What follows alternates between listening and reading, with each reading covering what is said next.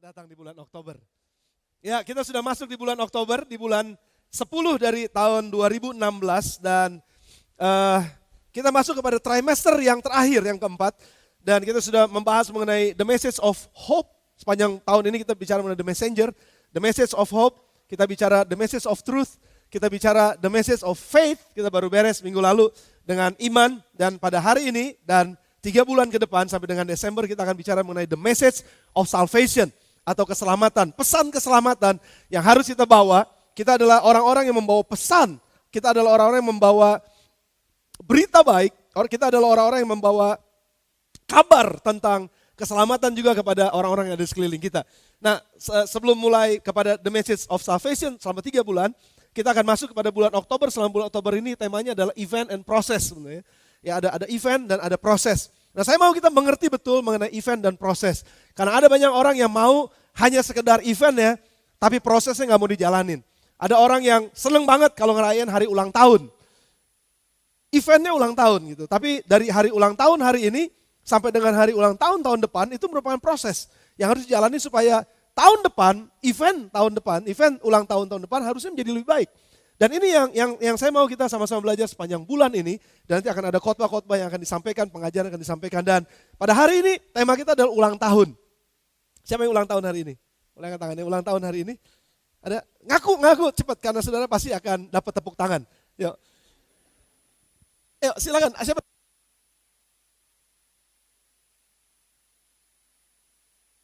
Ada lagi yang di atas yang ulang tahun?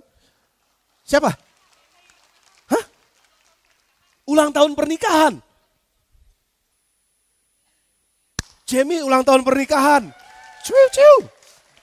Ada bapak yang pakai baju kuning, saya nggak ngeliat. Sorry Pak, saya nggak bisa ngeliat siapa gerangan yang ada di atas yang ulang tahun. Sudah mari beri tepuk tangan buat mereka yang ulang tahun. Happy birthday to you. Happy birthday to you. Happy birthday.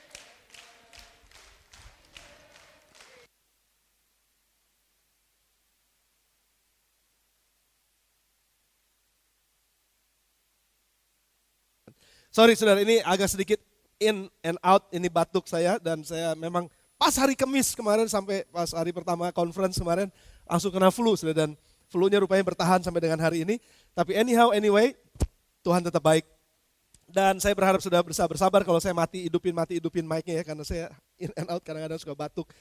Saya minta maaf kalau saya nyingsring ntar. Saya juga minta maaf kalau itu karena memang nggak tahan nih turun terus. Tapi anyway, kita akan bicara mengenai ulang tahun. Nah, sebelum bicara mengenai ulang tahun, saya ingin bicara dulu mengenai konsep keselamatan dalam Alkitab. Konsep keselamatan yang sangat sederhana. Kalau kita pelajari secara teologis itu panjang kali lebar, saudara. Ceritanya panjang banget. Tapi saya coba ringkesin aja bahwa semua orang sudah berbuat dosa dan telah kehilangan kemuliaan Allah. Roma 3 ayat yang ke-23. Sebab semua orang telah berbuat dosa dan telah kehilangan kemuliaan Allah. Nggak ada seorang pun di antara kita yang tidak pernah berbuat dosa. Yang tidak pernah berbuat dosa, boleh katakan amin. Ya, itu berarti yang nggak ngedengerin. Tidak ada seorang pun yang tidak pernah berbuat dosa. Semua orang pernah berbuat dosa. Dan kita dilahirkan dengan yang disebut dengan the nature of sin. Sudah ada di dalam kita. Jadi naturnya memang udah berbuat dosa. Siapa di sini yang pernah ngajarin anaknya berantem? Nggak pernah. Tapi kenapa tuh anak bisa tiba-tiba berantem? Ya, cici ade bisa berantem. Ya, dulu saya pernah share kepada saudara bagaimana seorang bayi yang dilahirkan nggak pernah diajarin ngebohong, tapi tiba-tiba kok waktu keadaan kepepet nih anak kecil bisa ngebohong, saudara. Kenapa? Karena ada the nature of sin. Ada natur dosa di dalam hidupnya sejak dia lahir. Jadi nggak ada seorang pun yang bebas dari dosa, dan firman Allah sendiri katakan Roma 3 ayat 23, sebab semua orang telah berbuat dosa dan telah kehilangan kemuliaan Allah. Lihat teman sebelah saudara, dia orang berdosa. Coba dah, lihat dah. Sebagus-bagusnya yang sebelah saudara, dia orang berdosa. Tapi mengucap syukur karena kita ditebus oleh Yesus Kristus sehingga yang tadinya kita jadi orang berdosa, tapi kita sudah diselamatkan oleh Tuhan. Nah, saya mau ajak saudara untuk mengerti hal ini. Roma 6 ayat yang ke-23. Upah dosa ialah maut, tapi kasih karunia Allah ialah hidup yang kekal dalam Kristus Yesus Tuhan kita. Syukur karena ada karunia Allah, kalau enggak kita mati, saudara. Karena semua orang udah berbuat dosa dan akibat dari dosa itu maut, kematian. Nah, kalau kata dosa itu sebenarnya amartia, itu dalam bahasa teologisnya, kita nggak perlu bahas bahasa aslinya, tetapi artinya gini, dosa itu artinya meleset dari sasaran. Sudah perhatikan, kalau Tuhan sasarannya di sana, kita ini diciptakan menurut gambar dan rupanya Tuhan. Jadi lagu tadi betul banget, saya nggak pernah janjian sama Niken dan Taufik untuk nyanyikan lagu itu, tapi menjadi seperti Yesus katanya, ubah hatiku jadi seperti Yesus. Memang dari awalnya kita diciptakan menjadi serupa dan segambar dengan Allah kan. Tapi yang jadi masalahnya karena dosa sekali lagi, yang tadinya serupa dan segambar dengan Allah itu jadi jauh. Gambaran itu jadi jauh, itu yang disebut dengan dosa. Makanya upah dari dosa yang menjauh dari Allah ini nggak tepat pada sasarannya Allah, nggak pada sasarannya, menjauh dari sasaran, itu disebut dengan dosa. Akibatnya maut. Makanya decay, bahasa Inggris itu decay itu pelapukan. Lapuk saudara, lama-lama kita nih mati, lama-lama keropos, lama-lama habis, dan itu nature. Dalam dunia ini nggak bisa ditawar, semua orang makin lama makin tua. Semua orang makin lama menuju kematian. Itu udah pasti karena memang upah dari dosa. Karena dosa lah kita mati saudara. Tetapi yang paling membahayakan adalah matinya tuh bukan cuma mati badan sekarang, tapi mati selama-lamanya. Karena terpisah dari Tuhan. Bayangin saudara, itu disebut dengan neraka. Ini disebut dengan surga, ada Tuhan di sana. Tapi begitu jauh, nah upah dosa adalah maut. Mati di sana saudara, jauh sekali daripada Tuhan. Tapi syukur karena kasih karunia Allah, kita peroleh hidup yang kekal dalam Yesus Kristus Tuhan kita. Maka disebut Kisah Para Rasul pasal yang keempat, ayat yang ke-12. Dan keselamatan tidak ada di dalam siapapun juga selain di dalam Dia Yesus. Yang di bawah kolong langit ini, nggak ada nama lain yang diberikan kepadanya yang olehnya kita beroleh keselamatan. Nggak ada nama lain, cuma satu nama Yesus. Sebut bersama dengan saya, Yesus. Cuma nama ini saja yang menyelamatkan kita. Syukur kepada Allah karena anaknya yang tunggal, firman-Nya yang hidup menjelma menjadi manusia, datang ke dalam dunia ini dan diberi nama Yesus, juru selamat kita. Barang siapa yang percaya kepadanya tidak binasa, melainkan beroleh hidup yang kekal. Berhubung lagi, tersambung lagi dengan Tuhan, sumber kehidupan itu. Dan kita bisa memperoleh hidup yang kekal. Hanya dalam Yesus karena Dia mati menebus dosa kita. Dan itulah keselamatan di dalam Dia. Makanya nggak ada nama lain di bawah kolong langit ini yang kepadanya kita beroleh keselamatan. Hanya dalam satu nama di bawah kolong langit ini.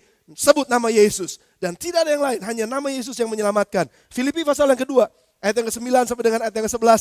Itulah sebabnya Allah sangat meninggikan Dia Yesus. Dan memberikan kepadanya nama di atas segala nama.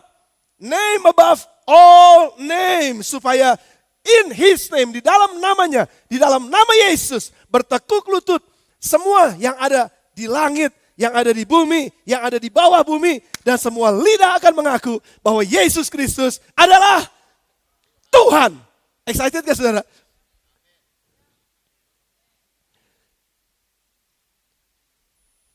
Saya excited banget ya. Saudara excited gak? Bahwa hanya Yesus Tuhan dan satu-satunya, tidak ada yang lain, hanya ada di dalam Dia saja. Dan Dia memberikan keselamatan ini kepada kita secara cuma-cuma, secara gratis. Enggak ada seorang pun di antara kita dalam dunia ini, siapapun, mau orang kaya, mau orang tua, mau orang hebat, orang jabatan, punya jabatan, enggak punya jabatan, siapapun, enggak ada yang pernah bisa membeli keselamatan, kecuali keselamatan itu diberikan melalui kayu salib. Melalui Yesus Kristus, Dia berikan keselamatan buat kita. Selesai. Nah, saya mau kasih ilustrasi ini buat saudara. Dulu saya pernah kasih ilustrasi ini. Dan saya berharap saudara bisa ingat ilustrasi ini. Saya punya utang kepada pendeta Joy. 2 miliar. Oh 2 miliar kekecilan, saudara diam aja soalnya. 3 triliun. Nah baru 3 triliun gede. Saya sama Joy, saya utang sama Joy 3 triliun. Lalu Joy tulis di sini utang. Arif utang 3 triliun. Udah disegel. Sepat. Dan saya datang sama Joy, setiap hari saya datang sama dia. Joy, saya anterin kamu mau kemana? Saya anterin. Saya berbuat baik sama Joy. Joy, mau makan apa hari ini? Saya beliin. Joy, mau nonton apa? Ayo, saya temenin. Joy, mau kemana? Pokoknya saya servis Joy. Wah, luar biasa. Dengan satu pemahaman, dengan satu tujuan, saya berbuat baik supaya Joy menghapuskan hutangnya dari kertas hutang ini. Supaya Joy hapuskan hutang saya dari hutang kertas ini, dari hutang dalam kertas ini. Dan saya terus-menerus coba untuk lakukan. Nah, bukankah ini juga yang dilakukan oleh orang-orang beragama? Orang-orang yang selalu mencari jalan gimana caranya supaya dosa saya diampuni. Gimana caranya supaya saya beroleh keselamatan. Supaya saya bisa masuk ke sorga. Gimana caranya? Ada orang yang bilang semakin berbuat baik, dosa saya semakin kecil. Semakin banyak berbuat amal, ibadah, dengan semua ngasih, wah perpuluhan, ngasih sedekah, ngasih seed of faith, wah pokoknya semakin banyak yang saya kasih. Ngasih pendeta-pendeta duit, wah segala macam dah. Pokoknya seolah-olah gini, inilah perbuatan baik saya. Supaya nanti waktu diukur, rambut dibelah 7, saya bisa jalan di atasnya. Enteng soalnya itunya, utangnya enteng. Tapi gak bisa, Tuhan bilang gak bisa. Utang tetap utang. Joy juga bilang sama saya, sorry Rif, utang tetap utang. Walaupun kamu berbuat baik sama saya, berapa banyak pun kamu berbuat sama saya, tetap udah tertulis. Karena semua orang sudah berbuat dosa. Dan telah kehilangan kemuliaan Allah. Udah gak bisa ditawar. Karena udah dosa. Karena udah jatuh dalam dosa. Jadi perbuatan baik saya, percuma, sia-sia. Gak ada artinya sama sekali. Karena tetap aja Joy bilang, kamu tetap utang. Karena surat utangnya masih ada. Tapi lain sekarang saudara. Kalau Joy datang sama saya, lalu Joy pegang surat hutang ini, lalu dia bilang sama saya, Rif, saya tahu kamu gak bisa bayar utang. Mau sampai kapanpun berbuat baik, tetap utang kamu 3 triliun. Sekarang utang kamu di sini, saya sobek. Selesai. Gak ada lagi utang. Dan kamu sudah diampunin. Hebat gitu, bisa ditangkap gitu. Dan kamu sudah diampunin, gak perlu lagi ingat-ingat semua utang-utangmu. Hari ini hutangmu selesai. Dan waktu Joy bilang begitu, saya ngucap syukur luar biasa. Saya datengin Joy, saya ciumin dia, puah. Saya pelokin si Yantinya, saya tepokin semua anak-anaknya. Saya bawain mereka makan di tempat yang paling enak, di mana aja mereka mau. Saya serve mereka, saya beliin mereka ini, saya beliin mereka itu. Saya kasih mereka ini, saya kasih mereka itu. Dan pemberian saya sekarang bukan sebagai sogokan, tapi sebagai ucapan syukur. Karena dia udah ampunin saya. Karena dia udah tebus dosa saya. Saya udah selesai. Perbuatan baik saya selanjutnya bukan lagi karena untuk nyogok supaya dosa saya diampunin, supaya utang saya dihapuskan. Tapi perbuatan baik saya adalah karena ucapan syukur saya kepada dia. Karena apa yang dia sudah lakukan. Dan demikian juga dengan Tuhan. Gak ada yang bisa bayar utang kita saudara. Gak ada yang bisa bayar dosa kita. Gak ada. Yesus sudah lakukan dan dia berikan gratis buat kita. Makanya kenapa Efesus pasal yang kedua ayat yang ke-8 bilang begini. Karena itu keselamatan itu adalah gratis. Sebab karena kasih karunia kamu diselamatkan oleh iman. Itu bukan hasil usahamu. Tapi pemberian Allah.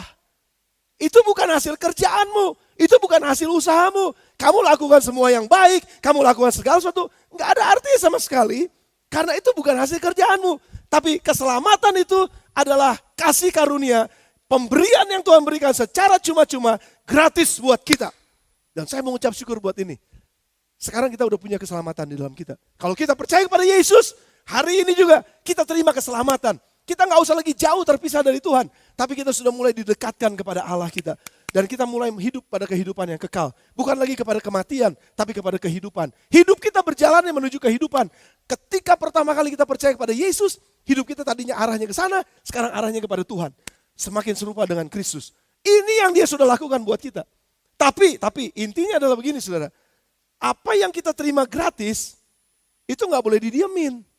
Mesti dikerjain. Makanya kenapa dalam Paulus katakan dalam Filipi pasal yang kedua, ayat yang ke-12 sampai dengan ayat yang ke-16. Dia katakan begini, saudara-saudara, kamu senantiasa taat. Karena itu tetaplah, apa saudara? Kerjakan keselamatanmu dengan takut dan gentar. Bukan saja pada waktu aku masih hadir, tapi terlebih pula pada waktu aku tidak hadir. Karena Allah lah yang mengerjakan di dalam kamu, baik kemauan maupun pekerjaan, menurut kerelaannya. Allah ngerjain sesuatu di dalam kita. Dia sedang mengerjakan sesuatu. Tapi kita juga harus mengerjakan sesuatu. Lakukan segala sesuatu dengan tidak bersungut-sungut dan tidak berbantah-bantahan. Ayat yang ke-15. Supaya kamu tiada beraib dan tiada bernoda sebagai anak-anak Allah yang tidak bercela di tengah-tengah angkatan yang bengkok hatinya dan yang sesat ini, sehingga kamu bercahaya di antara mereka seperti bintang-bintang di dunia. Sambil berpegang kepada firman Allah, kepada firman kehidupan, agar kamu dapat bermegah pada hari Kristus, bahwa aku tidak percuma berlomba dan tidak percuma bersusah-susah. Sudah perhatikan ini. Paulus katakan, yes, engkau sudah terima keselamatan. Pada saat percaya kepada Yesus, engkau terima keselamatan. Itu event. Itu kejadiannya. Kamu terima keselamatan. But setelah kamu menerima keselamatan, setelah kamu menerima event ini, kejadian ini yang luar biasa, kamu terima Yesus sebagai Tuhan dan Juru Selamatmu, now is your turn to do the process. Bukan cuma sekedar terima dalam event, tapi sekarang kerjakanlah keselamatanmu karena engkau pegang sesuatu. Saya pernah khotbahin ini cukup lama, beberapa waktu yang lalu. Kalau saudara haus, saya punya air gratis buat saudara dan saya kasih sama saudara. Nah saudara mungkin terima air ini. Saudara haus, tapi saudara cuma pegangin dan bangga bilang gini, Pastor Arif kasih saya air, saya simpen jadi air suci.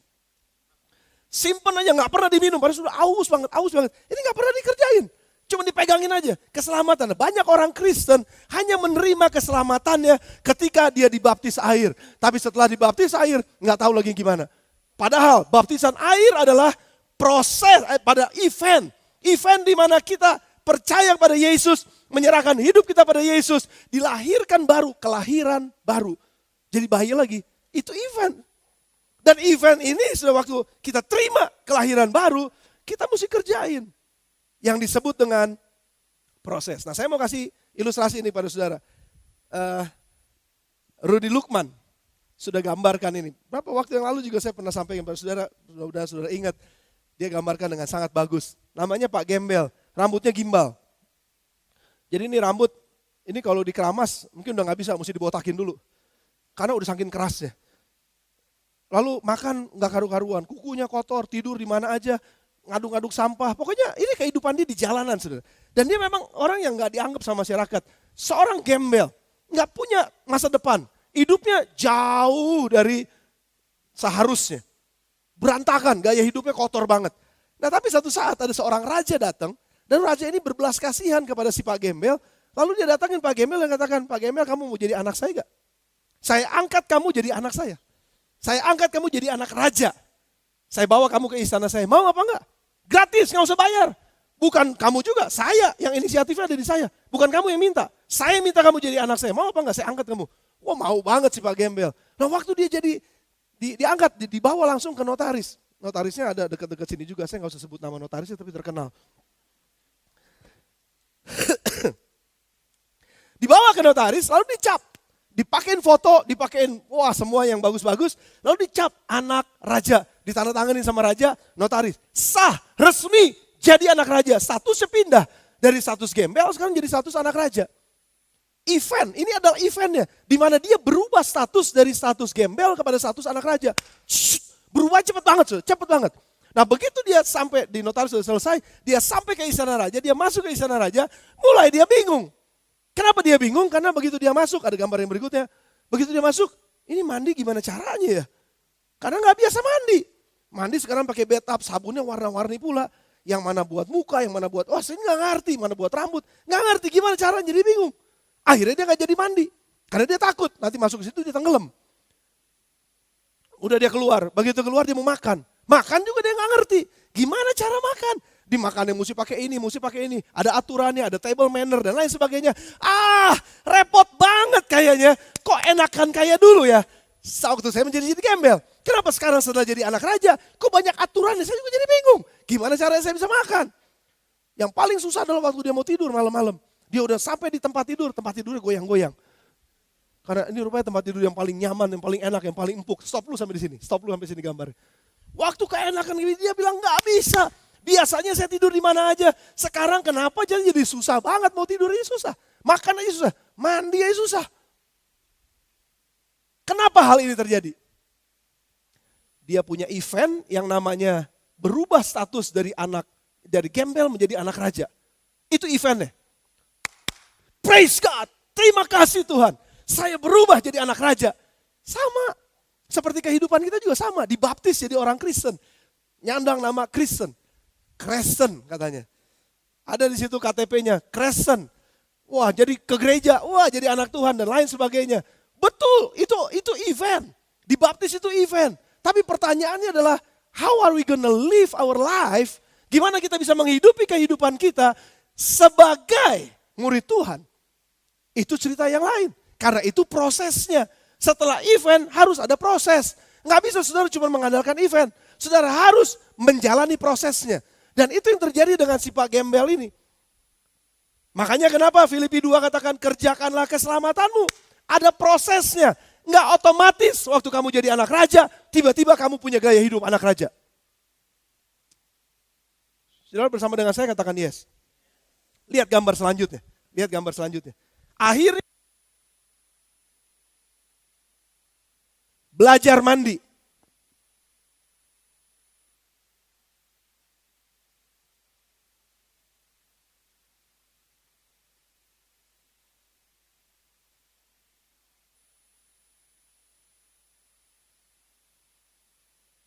hidup anak raja mesti nyingsring di luar. Akhirnya dia belajar mandi. Dan akhirnya dia bisa menikmati. Sudah bisa bayangin ya? Coba, saudara sini pernah ada yang gak keramas 2 bulan? Sudah gak keramas 2 bulan, terus saudara keramas, langsung sakit kepala. Percaya ya sama saya. Betul saudara, coba yang katanya itu habis melahirkan kan gak boleh keramas, gak boleh apa kan. Garato sudah bayangin ya. Tapi begitu keramas, tapi hareeng langsung. Gak enak, karena udah lama gak keramas. Dia juga sama. Itu proses yang mesti dia jalani untuk menjadi lebih baik. Dan akhirnya dia belajar makan. Sudah lihat, dia belajar makan dan akhirnya bisa menikmati makanannya. Dan waktu dia bisa menikmati makanannya, dia juga mesti belajar tidur. Sekarang dia bisa tidur dengan Alkitab ada di dadanya. Dan dia bisa tidur sambil ngorok. Nah, sudah bisa perhatikan, hanya karena kita punya satu event, belum tentu kita akan menjadi lebih baik kehidupan kita selanjutnya. Nah, ini yang saya mau bahas pada saudara, apa hubungan dengan ulang tahun? Nanti di akhirnya saya akan tutup dengan ulang tahunnya. Tapi ini disebut dengan event. Orang seneng banget sama event, tapi mencoba untuk selalu menghindari prosesnya. Karena event menyenangkan, proses menyusahkan. Pernikahan. Menyenangkan banget kalau bisa berjalan sama pasangannya. Deng, deng, deng, deng. Deng, deng, deng, deng. Deng, deng, deng, deng, deng, deng, deng, deng, deng. Berdirilah di depan mimbar. Itu menyenangkan. Satu hari jadi raja katanya. Diberkati, semua orang mata memandang pada dia. Wih cantik banget ya, wih keren banget ya. Sudah bisa bayangin gak? Satu hari, satu event, cantiknya cuma hari itu doang.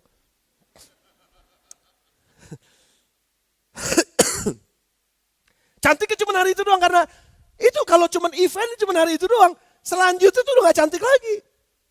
Ngapain gue dandan-dandan kayak gini, itu cuma buat event. Sudah bisa bayangin, banyak orang menikah hanya senang dengan eventnya, tapi menghindari prosesnya setelah pernikahan. Karena yang paling penting adalah bukan event pernikahannya. Itu penting, penting banget. Semua mesti disetting, semua catering, semua pakaian, semua penjemputan, semua tamu, semua IO-nya mesti diatur dengan sedemikian rupa supaya perfect. Karena ini cuma seumur hidup satu kali. Kalau nggak meleset. Cuma satu kali aja. Seumur hidup, dan memang seharusnya seperti itu. Gak boleh ada yang meleset. Cuma satu kali jadi musik bagus banget. Yes, eventnya bagus. Bagaimana dengan prosesnya? Karena ada begitu banyak orang gak mau jalanin prosesnya. Bagaimana menjadi suami yang baik. Bagaimana menjadi istri yang lebih baik. Bagaimana menjadi seorang orang tua yang lebih baik buat anak-anaknya. Bagaimana menjadi ipar yang baik. Bagaimana menjadi menantu yang baik. Bagaimana menjadi mertua yang baik dan lain sebagainya. Itu adalah prosesnya. Nah yang jadi masalahnya adalah banyak orang gak mau mengerjakan keselamatannya. Cuman mau eventnya aja mesti dapetin. Cuman dapetin aja pernikahannya. Tapi lupa mengerjakan bagian dari pernikahan yang sampai sebetulnya itu sampai seumur hidupnya. Sampai maut memisahkan mereka. Baptisan air juga merupakan event sekali lagi. Tapi bagaimana kita hidup sebagai seorang murid itu proses. Wisuda, event. Tapi bagaimana menjalani prosesnya sebelum wisuda. Nah mari saya masuk sekarang sudah cukup mengerti ya. Masih masuk ulang tahun sekarang. Mazmur 90 ayat yang ke-10 sampai dengan ayat yang ke-12. Mazmur 90 sudah nanti catat ini dan pelajari ini baik-baik. Masa hidup kita 70 tahun dan jika kami kuat 80 tahun dan kebanggaannya adalah kesukaran dan penderitaan. Sebab berlalunya buru-buru dan kami melayang lenyap. Siapa yang mengenal kekuatan murka-Mu dan takut kepada gemas-Mu? Ayat yang ke-12 ini dia. Ajarlah kami menghitung hari-hari kami sedemikian hingga kami beroleh hati yang bijaksana. Mari saya tunjukkan pada saudara gambar ini. Kalau kita lahir, tahun ini kita lahir, setelah kelahiran, ini ada tahun berjalan saudara. Sampai nanti mungkin ini kita mati, kita nggak tahu nih matinya kapan. Tapi dari kelahiran sampai kematian, itu ada tahun-tahun yang harusnya kita lewati saudara. Nah yang menjadi pertanyaan sekarang adalah begini, apakah kita menghitung tahun-tahun kita? Saya ini gambarnya gambar besar, saya sekarang perkecil, gambar yang di sininya aja nih saudara ya. Dari satu ulang tahun kepada ulang tahun yang berikutnya, dari satu ulang tahun pada ulang tahun yang berikutnya, apakah kita menghitung hari-hari kita dengan baik? Ulang tahun ini adalah event. Ulang tahun yang berikutnya adalah event yang berikutnya. Tapi between event ke event, dari satu event pada event ulang tahun berikutnya, ini yang disebut dengan proses. Ini yang disebut dengan kerjakanlah keselamatanmu di sini nih saudara. Ini penting banget. Dan banyak orang, nah ini sekali lagi nih. Banyak orang yang gak mengerjakan prosesnya, cuman senang eventnya karena dapat kado. Senang eventnya karena dapat kue. Yang paling senang lagi karena dapat angpau. Paling senang kalau di situ. Tapi menjadi masalah gini, apakah dari satu ulang tahun pada ulang tahun yang berikutnya, dia memiliki hati yang lebih bijaksana di sini? Hati yang lebih bijaksana. Yang jadi masalahnya gini, ulang tahun, namanya ulang tahun. Ulang tahun, saya mau selidikin kata ini saudara. Ulang tahun, artinya tahun yang diulang. Ada banyak anak yang gak naik kelas, disebutnya ngulang kelas, ngulang sekolah. Bagaimana kalau kita ngulang tahun kita seperti ini? Ini perjalanan. Taruh di sini usianya 50 tahun nih saudara. Memang jalan sih. 1 tahun, 2 tahun, 3 tahun, 4 tahun, muter lagi di sini. Kesalahan yang sama. 4 tahun, 5 tahun, 18 tahun, muter lagi di sini. 20 tahun, muter lagi. Padahal waktu jalan terus nih. Waktu jalan terus. Tapi kehidupannya, gaya model hidupnya nggak dihitung. Bijaksananya ya terus muter-muter di sini aja. Makanya nggak aneh kita mendapati orang yang kayak begini saudara. Dia tuh udah 50 tahun ya. Gile bener, kelakuannya umurnya 15 tahun. Tua sih tua umurnya 50 tahun. Tapi mentalnya mental 15 tahun. Nggak pernah bertumbuh. Nggak ngikuti sejalan dengan tahun berjalan. Karena apa? Karena dia putar-putar di sini. Apa artinya? Ngulang tahun. Dia cuma ngulang-ngulang terus di situ. Yang seharusnya kalau menurut saya, semakin tahun kita diulang, seharusnya semakin mahir kita untuk hidup dalam tahun-tahun tersebut. Kenapa? Segala sesuatu yang diulang-ulang itu jadi bikin kita jadi tambah jago. Betul gak saudara? Saya dulu main bulu tangkis. Jadi waktu main bulu tangkis itu gak disuruh main dulu. Disuruh latihan serve dulu. Disuruh itu ngasihin bola terus. Terus saya begitu. Ambil kokol lagi terus saya begitu. Sampai akhirnya merem aja juga bisa. Betul karena diulang-ulang terus saudara. Terus akhirnya ngelop. Terus maju lagi, mundur lagi, ngelop lagi, terus saya begitu. Sampai akhirnya merem aja juga udah bisa mukul saudara. Kenapa? Karena diulang-ulang. Seharusnya semakin tahun kita banyak diulang-ulang, seharusnya hidup kita semakin bijaksana. Semakin mahir kita dalam kehidupan. Dan demikian juga dengan ulang tahun pernikahan. Pernikahan kita seharusnya semakin diulang tahunnya, itu seharusnya semakin matang loh saudara. Artinya gini, karena kita ngulang perjalanan yang sebenarnya sama. Tapi pada level yang berikutnya. Saya mau kasih lihat saudara ini. Perjalanan ini. Pertama kali pernikahan saya bersama dengan istri. Pernikahan kami. Itu pernikahan di tahun pertama. Taruhlah di tahun pertama. Kami melewati masa-masa yang begitu sulit. Ya betul begitu sulit. Hubungan banyak miskomunikasi. Tapi begitu tahun yang berikutnya. Seharusnya apa yang dilewatin di sini kan kalau belajar bijaksana. Mengerjakan keselamatannya, mengerjakan bagiannya, seharusnya apa yang dilewati sini, kesalahan-kesalahan di sini, nggak perlu diulangi pada tahun yang berikutnya. Betul nggak saudara? Udah cukup di sini, kemarin kesalahan kita ini, ya udah kita ngomongin, kita coba pertegas lagi. Udah tahun depannya kita maju, Nah ini yang disebut dengan semakin hari kita semakin maju, bukannya jadi semakin mundur. Tapi ada begitu banyak orang di tahun pertama masalahnya nggak beres-beres itu lagi. Masuk pernikahan tahun kedua, tapi tetap kehidupannya masih di sini-sini terus. Masuk tahun yang ketiga, hidupnya tetap di sini-sini terus. Akhirnya dibilangnya apa? Ngapain kita kawin? Kita udah lama menikah, tapi kenapa hidup kita masih terus ada di sini?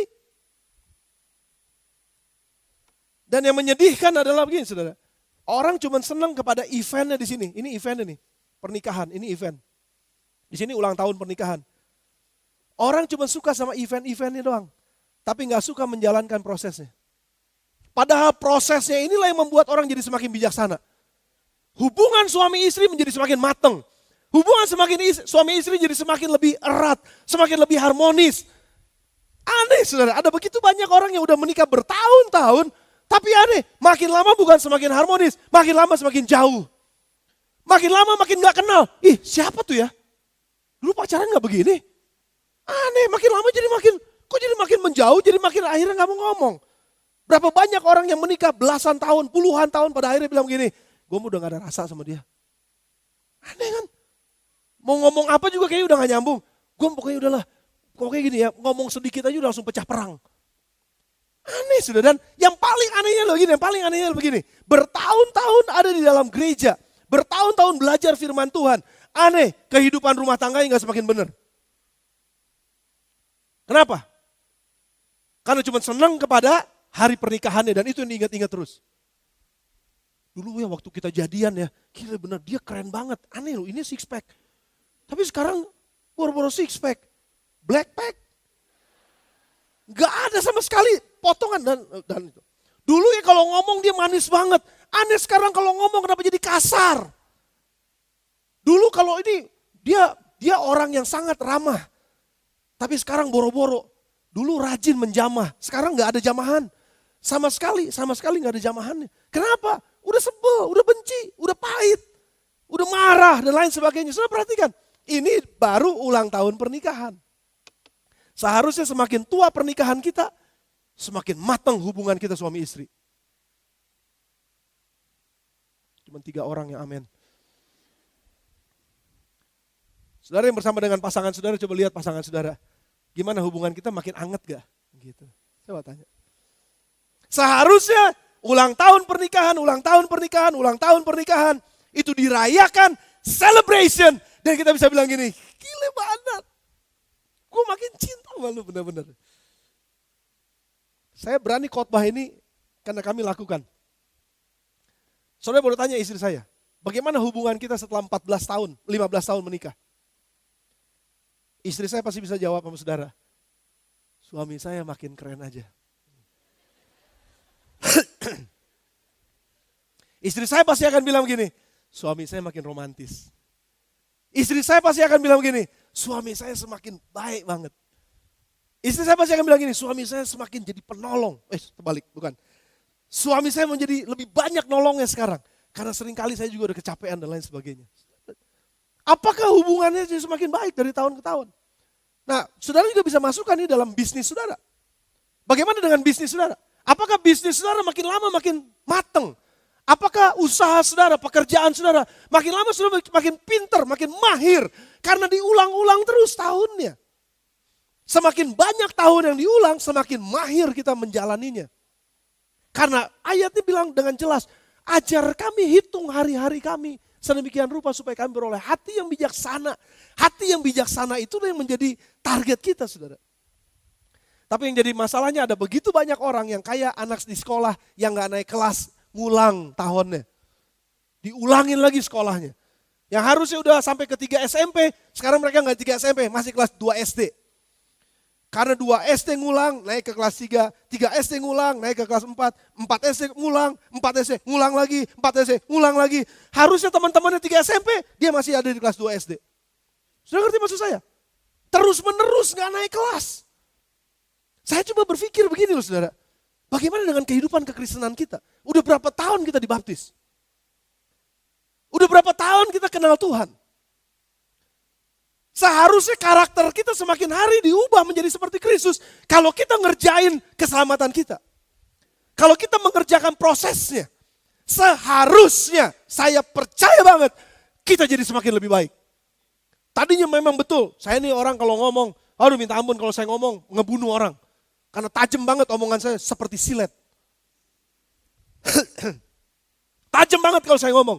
Tapi begitu saya percaya kepada Kristus, aduh ilah Tuhan ampunin saya tadi, aduh saya ngomong yang salah sama orang lain. Saya diubahkan, oh saya ngerjain prosesnya, saya ngerjain bagian saya. Saya udah terima keselamatan dari Tuhan Yesus, saya udah terima firman-Nya. Sekarang firman-Nya harus saya jalanin dari hari ke hari, sampai nanti begitu ulang tahun baptisan saya. Kapan sudah dibaptis, ingat apa enggak? Berapa tahun sudah jadi orang Kristen? Saya ingat 84 saya dibaptis bulan April. Tahun 84, berarti sekarang udah 30, betul ya? 32 tahun saya jadi orang Kristen. Nah seharusnya seberapa banyak firman Allah yang sudah saya makan, berapa banyak firman Allah yang sudah saya dengar, berapa banyak firman Allah yang saya sudah lakukan, 32 tahun. Seharusnya apakah saya tetap ada di sini atau seharusnya sudah lebih jauh lagi? Dalam karakter saya menjadi seperti Kristus. Seberapa menjadi seperti Kristus kita? Dalam kelahiran kita sekarang sejak kita dibaptis. Atau saudara-saudara ada yang belum dibaptis. Saudara mengambil keputusan setelah ibadah ini, saudara daftarkan diri saudara untuk dibaptis. Karena saudara mau percaya kepada Yesus sebagai Tuhan dan Juru Selamat saudara, menerima keselamatan yang dari Dia. Namun setelah itu, saudara harus tetap menjalankan keselamatan saudara, mengerjakan keselamatan saudara. Jangan-jangan udah jadi orang Kristen puluhan tahun, tetap aja tersinggung aja. Marah aja. Gua gak disalamin sama pendeta tadi.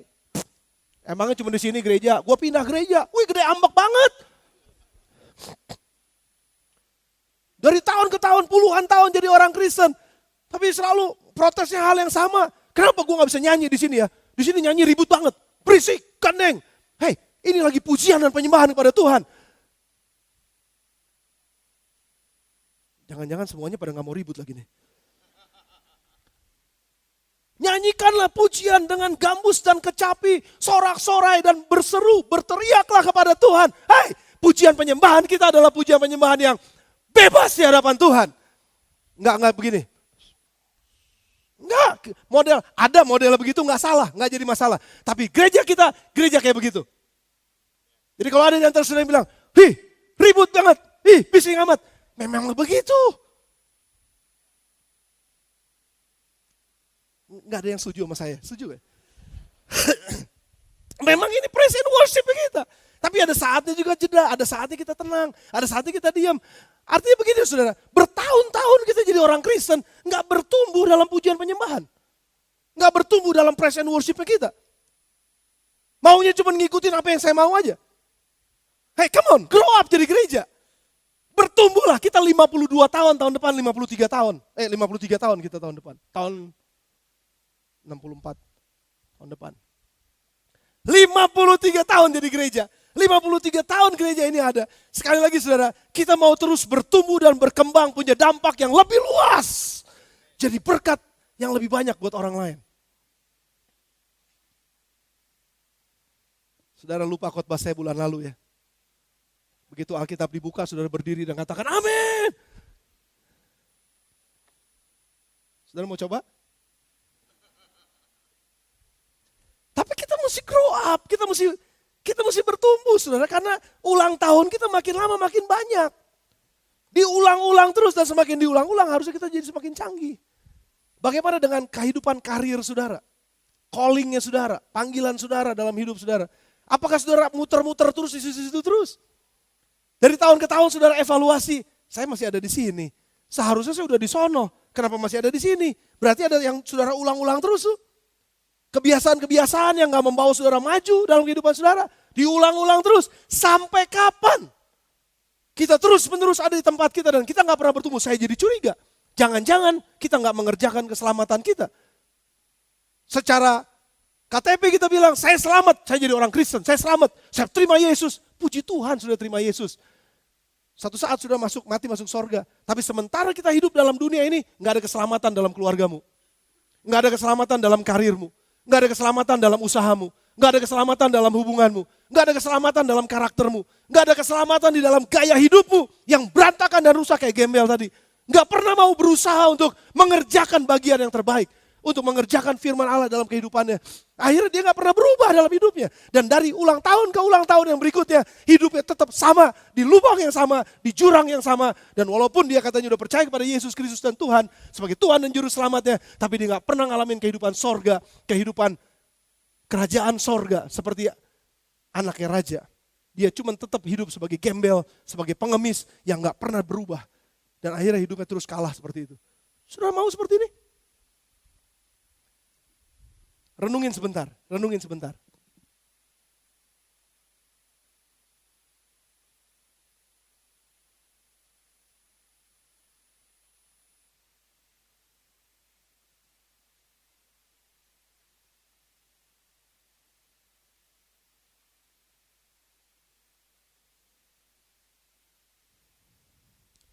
Kehidupan macam apa yang saudara mau? Di ulang tahun saudara yang akan datang, atau di ulang tahun saudara yang berikutnya, kehidupan seperti apa yang saudara mau?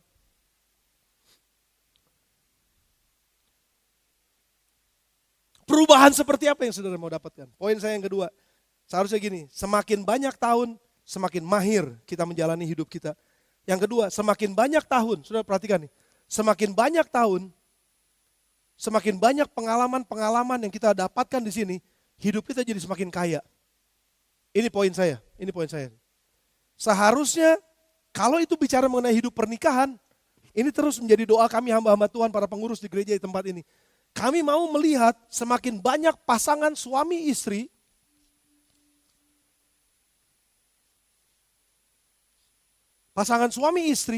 yang semakin lama kehidupan pernikahannya semakin jadi teladan. Suami istri yang semakin lama hidupnya semakin harmonis. Jangan cuma mau cerai aja datang ke gereja. Minta izin sama gereja, boleh gak cerai? Jawabannya tetap sama, tidak. Apa yang dipersatukan Allah tidak boleh diceraikan oleh manusia. Harus mengerjakan bagiannya, harus mengerjakan keselamatannya. Jangan cuma mau menikahnya aja di hari pernikahan. Tapi perjalanan pernikahan itu prosesnya harus dijalanin supaya nggak ada kata cerai dari mulutmu. Saya mesti bicara ini tegas. Karena terlalu banyak orang Kristen yang hanya senang banget dengan event, tapi nggak mau jalanin prosesnya. Dan ini menjadi doa kami. Semakin banyak pasangan suami istri, semakin ulang tahunnya banyak dalam pernikahannya, dia menjadi semakin jadi teladan buat orang lain di sekelilingnya. Dan menjadi doa kami, akan semakin banyak konselor pernikahan di gereja ini yang bisa mementor. Ada begitu banyak pasangan-pasangan muda yang baru mau masuk dalam pernikahan dan diperlukan orang-orang pasangan suami istri yang dewasa secara rohani mereka, secara hubungan mereka, karena menjalani proses perjalanan pernikahan mereka dengan banyaknya pengalaman yang mereka lewati, semakin kaya pernikahannya dan semakin memungkinkan mereka berbagi buat orang lain, buat pasangan yang lain. Karena mereka memiliki begitu banyak pengalaman yang bisa dibagikan. Ini menjadi doa kita, ini menjadi visi gereja kita. Nggak mau cuma sekedar menikah, terus udahnya kesananya nggak tahu gimana. Semakin tua, semakin malah jadi tadi yang saya bilang, semakin nggak kenal sama pasangannya. Jangan pegang-pegang, geli. Saya pernah ngelihat begitu loh saudara. Saudara sekarang duduk sama pasangannya apa enggak? Kalau ada di antara saudara yang enggak duduk sama pasangannya, pasangan di sini satu, jangan tunjuk. Di sini satu, terus di sana satu. Ini beda banget nih. Datang ke gereja juga enggak tahu sendiri-sendiri. Mana suaminya? Enggak tahu, dia mau punya waktu sendiri. Aneh, semakin tua harusnya enggak semakin begitu. Semakin tua harusnya semakin rapet. Semakin tua harusnya semakin nyatu. Semakin tua harusnya menjadi satu daging dan tidak bisa dipisahkan. Dan itu yang menjadi tujuan ulang tahun kita. Ulang tahun apa saudara? Sebutkan. Ulang tahun perusahaan saudara?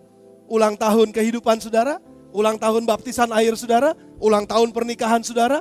Ulang tahun pelayanan saudara? Ulang tahun apa? Sebutkan. Ulang tahun karir saudara? Apa saja. Kalau saudara mengulang-ulang tahun saudara, seharusnya saudara menjadi lebih mahir. Yang kedua, seharusnya semakin banyak pengalaman yang kita hidupi dalam kehidupan kita sehari-hari. Dan kita bisa berbagi lagi sama kehidupan orang lain. Jadi berkat buat kehidupan orang lain. Karena itu yang kita rindukan. Kerjakan prosesnya. Jangan cuma sekedar eventnya yang kita mau. Tujuan akhir dari apa yang diinginkan adalah hati yang bijaksana. Tidak beraib dan tidak bernoda. Bercahaya seperti bintang-bintang di dunia. Itu yang kita harapkan terjadi dalam kehidupan kita sebagai gereja Tuhan. Dan saya mau tutup dengan ayat yang ke-10. Mazmur 90 ayat yang ke-10. Saya tutup dengan ini. Masa hidup kami 70 tahun. Kalau kuat 80 tahun. Puji Tuhan. Tapi pertanyaannya, penuh dengan penyesalan apa penuh dengan kebanggaan? Di sini dibilangnya gini, jika kami kuat 80 tahun dan kebanggaannya. Saya mengucap syukur dengan kata kebanggaan itu. Terima kasih ada kata kebanggaan. Kita punya kebanggaan dalam hidup kita setelah puluhan tahun kita lewatin. Kebanggaannya ialah, sudah dengar, kesukaran dan penderitaan.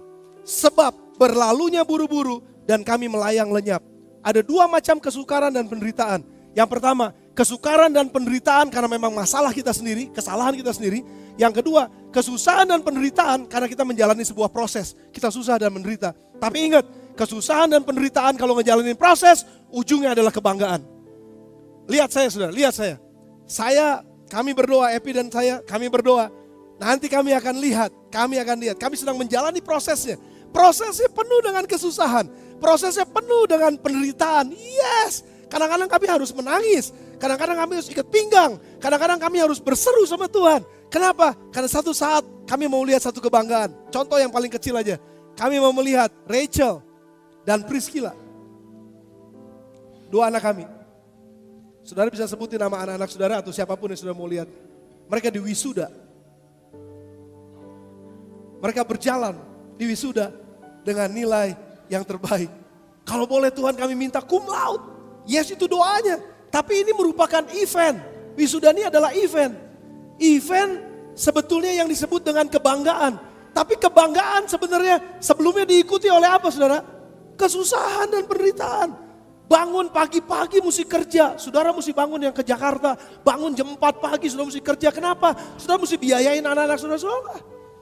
Saudara mesti jaga hubungan. Jangan sampai nanti mereka nggak sampai wisuda terus tiba-tiba maafkan saya. Amit. Belum jadi wisuda, SMA kelas 2 hamil di luar nikah. Dan akhirnya harus drop out dari sekolah. Boro-boro bisa melihat kebanggaan. Kesedihan bertambah-tambah. Penderitaan udah penderita, bertambah-tambah penderitaannya. Karena apa? Karena tidak melakukan prosesnya. Dan prosesnya salah satunya apa? Belajar setiap hari di bawah kaki Tuhan. Ajak mereka berdoa, ajarin nilai-nilai. Kadang-kadang capek saudara. Gak ngerti-ngerti kadang-kadang diomongin. Tapi mesti terus diajarin. Ingat, Rachel, Priscilla ingat. Yang kasih bibirmu cuma dikasih buat satu orang nanti di pelataran waktu papa berkatin kalian. Kalau papa masih jadi gembala. Cuman satu orang saja, bibir kalian dikasih sama dia. Nanti waktu di upacara pernikahan. Terus menerus diomongin kayak begini. Gak ada yang boleh pegang-pegang kamu ya. Karena kamu udah mulai gede, udah mulai remaja. Terus diajarin, terus diingetin. Firman Allah terus ngejagain mereka. Harus diajar. Supaya bisa lihat event yang kebanggaan. Apa yang saudara mau dapetin dalam hidup saudara yang membanggakan saudara, kerjakan prosesnya. Jangan cuma sekedar lihat aja nanti. Nah nanti juga bagus. Yang penting udah didoain, ya udah beres. Enggak, ada hal yang mesti kita kerjain sebagai prosesnya. Jalanin prosesnya, sakit yes. Tapi firman Allah dengan tegas tadi bilang, kebanggaannya ialah kesukaran dan penderitaan. Karena berlalunya cepat banget. Tiba-tiba aja nih, anak-anak sekarang udah mulai mau SMA bentar lagi. Hah? Udah mau SMA, dulu lagi masih kecil segede gini. Kecil banget sekarang udah mau SMA. Cepet banget lewatnya. Kalau kita nggak jalanin prosesnya, kita kehilangan begitu banyak nilai-nilai yang berharga dalam waktu-waktu kita. Hubungan saudara sebagai suami istri, hubungan saudara sebagai orang tua anak, hubungan saudara sebagai karyawan dengan atasan, hubungan saudara sebagai bos, hubungan saudara di mana aja saudara ditempatkan oleh Tuhan. Jalanin prosesnya. Jangan cuma sekedar mau eventnya, tapi jalani prosesnya. Kita akan lihat kebanggaan demi kebanggaan akan terjadi dalam setiap kehidupan. Di mana proses itu berjalan. Ini kebanggaan. Karena prosesnya kita jalani dengan benar. Kalau prosesnya dijalani dengan benar, kebanggaan itu pasti akan jadi kenyataan. Sudah diberkati firman Tuhan? Belajar sesuatu guys. Saya berharap kita belajar sesuatu sama-sama. Pertanyaan saya yang terakhir. Di mana saudara 5 tahun yang akan datang? Akan ada di mana saudara 5 tahun yang akan datang dalam hubungan saudara sebagai suami istri?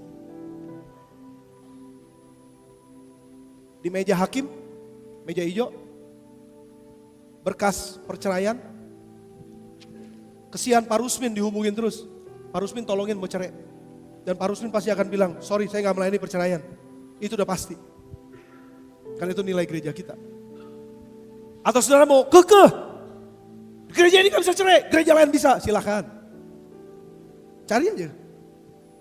Tapi bukan itu maksudnya, Maksudnya adalah begini, kenapa kita gak kerjakan prosesnya? Pak, kalau saya udah mulai ngomong sedikit aja, ribut langsung. Memang harus ribut, ya ribut aja. Tapi dasari dengan firman Tuhan. Kerjakan keselamatan itu, kerjakan bagiannya. Jangan sedikit-sedikit maunya cerai, jangan sedikit-sedikit maunya udahan, jangan sedikit maunya lari. Jangan, hadepin. Itu proses yang harus dihadepin. Sampai kita ngelihat kemenangan daripada Tuhan. Pak, usaha begini mah kecil duitnya, cuannya kecil. Daripada gak kerja, kerjain aja dulu. Itu prosesnya karena Tuhan mau bawa dari satu kemuliaan pada kemuliaan yang berikutnya. Kenapa mesti takut? Jalanin aja terus, jangan malu. Waktu saya udah habis. Saya mau tanya pada saudara, 5 tahun yang akan datang, di mana saudara? Di mana hubungan saudara sebagai suami istri? Di mana saudara sebagai anak Tuhan? Di mana tempat saudara? Saya gak mau di antara kita 5 tahun lagi, antah berantah, agamanya apapun gak ketahuan. Gak jelas. No. Ada di mana kita 5 tahun lagi? Ada di mana kita yang melayani 5 tahun lagi? Saya berdoa, akan ada di Australia, akan ada di Amerika, ada di mana-mana nih pelayanannya. Well, who knows? Siapa tahu, ada di mana kita 5 tahun yang akan datang. Kerjakanlah keselamatan kita. Dan lihat, akan ada kebanggaan demi kebanggaan terjadi. Yang Tuhan akan buat itu dalam hidup kita masing-masing. Tundukkan kepala saudara sebentar, kita akan datang pada Tuhan. Mari berdoa, datang pada Tuhan. Terima kasih Tuhan. Terima kasih Tuhan. Renungkan firman ini. Renungkan firman ini. Sambil singers akan bantu kita nyanyikan lagu pujian.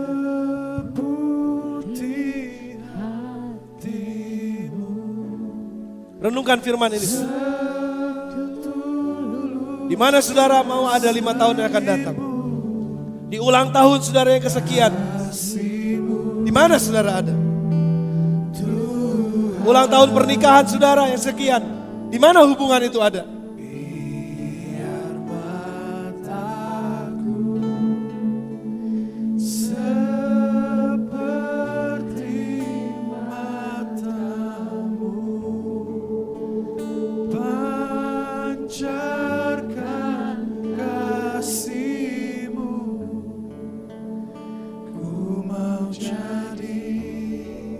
Renungkan ini sebentar, renungkan ini sebentar.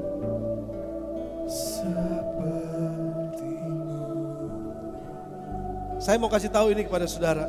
Ini adalah posisi gereja kita. Sesuai dengan kebenaran firman Tuhan. Setiap orang yang punya masalah, you are welcome datang dalam gereja ini dan konseling. Tapi konseling seperti apa? Kami selalu akan bilang, bukan ngikutin apa yang kita mau, tapi ngikutin apa yang firman mau.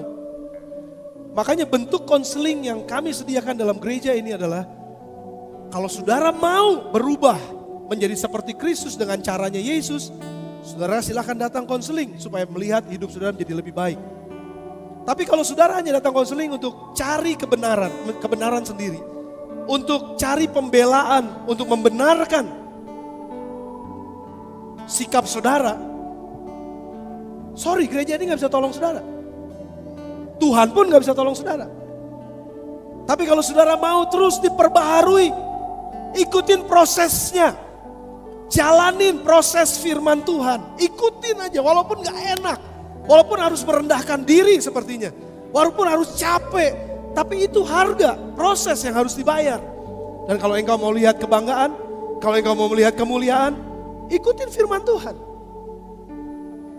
Jangan cari pembenaran buat dirimu sendiri. Supaya orang lain mendukung apa yang saya mau. No. Apa sih yang Tuhan mau? Ikutinlah itu. Oke, sekali lagi saudara. Kalau engkau mau diubahkan, saudara gak perlu sering-sering ditumpangin tangan sebenarnya. Itu cuma event. Gereja ini memang udah jarang altar call. Karena memang altar call itu adalah event. Kita masih suka lakukan buat anak-anak youth sebagian. Tapi dengan beberapa event kita adakan itu. Tapi pertanyaannya adalah setelah didoakan ditumpangin tangan terus apa? Lakukan gak bagian prosesnya? Atau cuma sekedar ditumpangin tangan? Terus setelah ditumpangin tangan gak ikutin prosesnya, terus kejadian lagi, jatuh lagi di lubang yang sama. Lalu ikutin lagi event yang berikutnya kalau ada kebaktian. Maju lagi, didoain lagi, tumpangin tangan lagi. Tapi pulang begitu lagi sama. Dan gak pernah ngalamin perubahan. Tahun demi tahun begitu terus. Dan akhirnya hidup kita gak pernah maju. Pagi ini saya mau ajak kita semua dengan pengertian pemahaman yang benar. Mari ikuti prosesnya. Jalanin prosesnya. Taati firman Tuhan, ikuti firman Tuhan, ikutin. taati, lakukan firman Tuhan, itu prosesnya. Lihat hidup kita akan kemenangan, penuh dengan kemenangan. Lihat hidup kita akan berjalan dari satu tempat pada tempat yang berikutnya. Lihat tahun demi tahun hidup kita akan jadi semakin bijaksana. Lihat tahun demi tahun hidup kita dipenuhi dengan pengalaman-pengalaman kemenangan bersama dengan Tuhan. Kita semakin dewasa di dalam Tuhan. Kita semakin kuat di dalam Tuhan. Kita perlu event. Tapi setelah event lebih penting kita jalani prosesnya. Apa yang menjadi kerinduan saudara? Ini jadi event buat kita pagi ini untuk berdoa bersama-sama. Kalau pagi ini ada di antara saudara yang bergumul dengan hubungan saudara dalam keluarga, saudara mengalami keretakan dalam rumah tangga, saudara ngalamin sakit penyakit atau apapun juga itu sama. Mari jalanin prosesnya. Mari jalanin proses kesembuhan yang Tuhan sudah berikan buat saudara, sedang Tuhan berikan buat saudara dan saya. Kalau ada di antara saudara yang membutuhkan doa, tetap kita akan doakan. Tetap event itu harus ada. Kita harus berdoa bersama-sama, mendukung, saling mendoakan satu dengan yang lain. Tapi setelah berdoa, mari kita lakukan firman. Setia melakukan firman, taat melakukan firman. Jalani prosesnya dan lihat kemenangan daripada Tuhan jadi dalam hidup kita. Pagi ini kalau ada di antara saudara yang butuh dukungan doa, kalau ada di antara saudara yang katakan, aku perlu pastor doain, karena memang ada masalah berat banget nih, hubungan dengan pasangan, dengan suami, atau dengan istri, hubungan dengan orang tua, atau dengan anak, gak beres, pekerjaan, ini ada begitu banyak masalah. Saya butuh dukungan doa. Gereja adalah tempatnya kita sama-sama, sebagai event kita akan berdoa bersama-sama. Angkat kedua tangan saudara kalau memang membutuhkan doa. Kalau memang sudah butuhkan doa, kita akan berdoa sama-sama. Ya, saya melihat ada banyak tangan-tangan yang terangkat. Terima kasih. Terima kasih. Terima kasih sudah menanggapi firman ini. Terima kasih. Terima kasih. Kita akan berdoa bersama-sama. Kita akan dukung berdoa bersama-sama. Saudara yang sudah mengangkat tangan, yang ada di balkon sudah mengangkat tangan, yang ada di bawah, mari bangkit berdiri bersama dengan saya. Saudara yang angkat tangan saudara, mari bangkit berdiri bersama-sama. Sehingga saya akan nyanyikan lagu ini, kita akan berdoa bersama-sama dalam nama Tuhan.